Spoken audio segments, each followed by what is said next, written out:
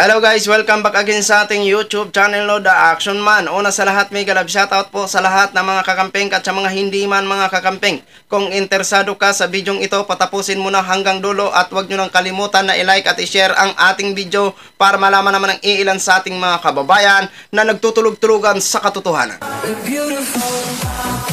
So muli naman nagbabalik ang nag-iisa nyong host na si The Action Man para magbigay ng komentaryo at reaction sa mga mainit ng issue ng bayan.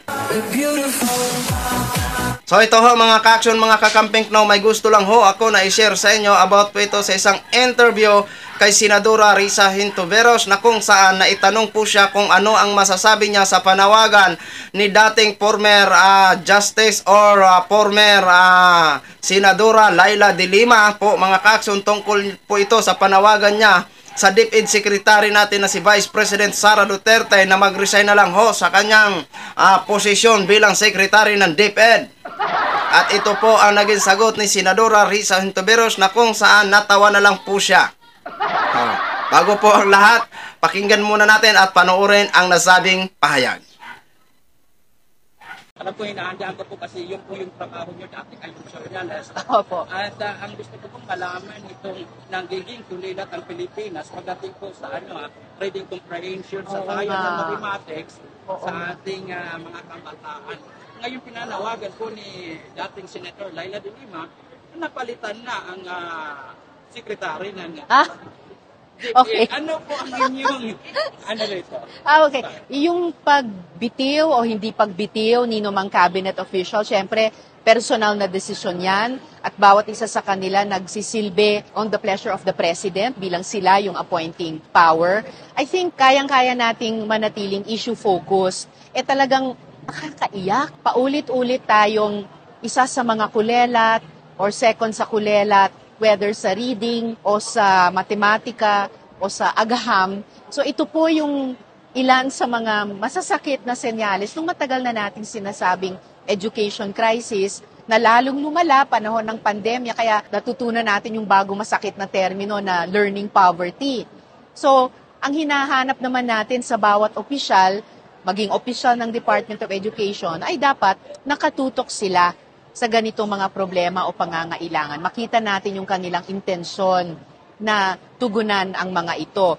Ako, at least nung simula ng budget debates, na-highlight ko na yung issue ng confidential and intelligence funds, pati sa DepEd. And so far, kasi fina-finalize pa namin ng national budget para sa 2024, so far, satisfied ako na yung Confi and Intel funds ng DepEd ililipat dun pa rin sa loob ng DepEd pero sa mga MOOE nila, sa line item budget, pantugon sa education crisis at learning poverty. At dahil line item, maayos na mau-audit ng COA.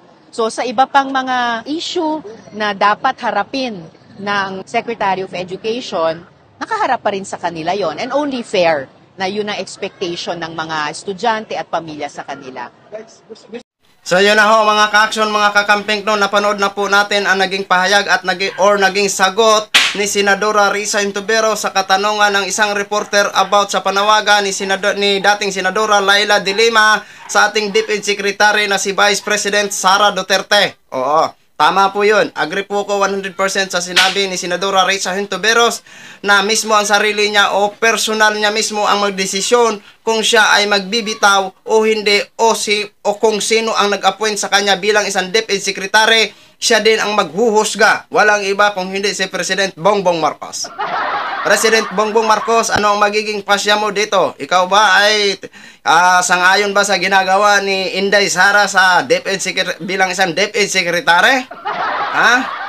Tama po yun. Ang sabi ni Senador Risa Hintuveros na kailangan tutukan ang ating mga learning sa ating mga kabataan, lalong-lalo na po yung mga mathematics. Oo.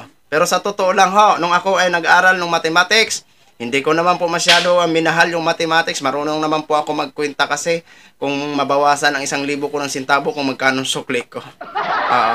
Joke lang po yan pero totoo po yun na hindi ko kasi paborito ang mathematics subject ko basta ang alam ko, basta marunong ako magkwenta, okay na. Diba? Pero totoo po yung sinabi, kailangan ho talaga ang mga dapat unahin ni Vice President Sara Duterte ang mga kung ano ang kailangan, kung ano ang priority sa loob ng pasilidad ng ating mga paaralan, di ba? Hindi lang po yan sa mga learning ng ating mga kabataan. Marami ho tayong nakikita na ang iilan sa ating mga estudyante ay nasa labas lamang dahil nga sa kakulangan ng pasilidad. Di ba? Dapat yun ang tutukan ni Vice President Sara Duterte, hindi kung ano-ano. Di ba? Dahil pinaparesign siya ni Laila de Lima dahil nga po sa naging pahayag niya na nagtutol po siya sa nasabing amnestiya ng ating mga rebelde na bigyan ng amnestiya ang magbalik pamahalaan, di ba? At ang tutol din po siya sa pag-uusapan na peace talk, no? Na kung saan yung po yung kapayapaan. Tutol po siya doon. Bilang DepEd Secretary, hindi maganda pakinggan at masakit sa tainga na yan ang maririnig natin sa isang sekretary ng DepEd, no? Kaya dapat malang na siguro mag-resign ka na lang po, DepEd Secretary Inday Sara, kung yan lang naman ang mga bibitawan mo. Kung yan lang naman ang aasahan ng maraming tao bilang isang DepEd Secretary, ano na lang po ang sabihin ng mga estudyante, di ba? Ng ating mga kabataan ng isang Vice President is yan lang pala ang kayang gawin. Ang tutol sa kapayapaan, gusto ang kaguluhan. Di ba?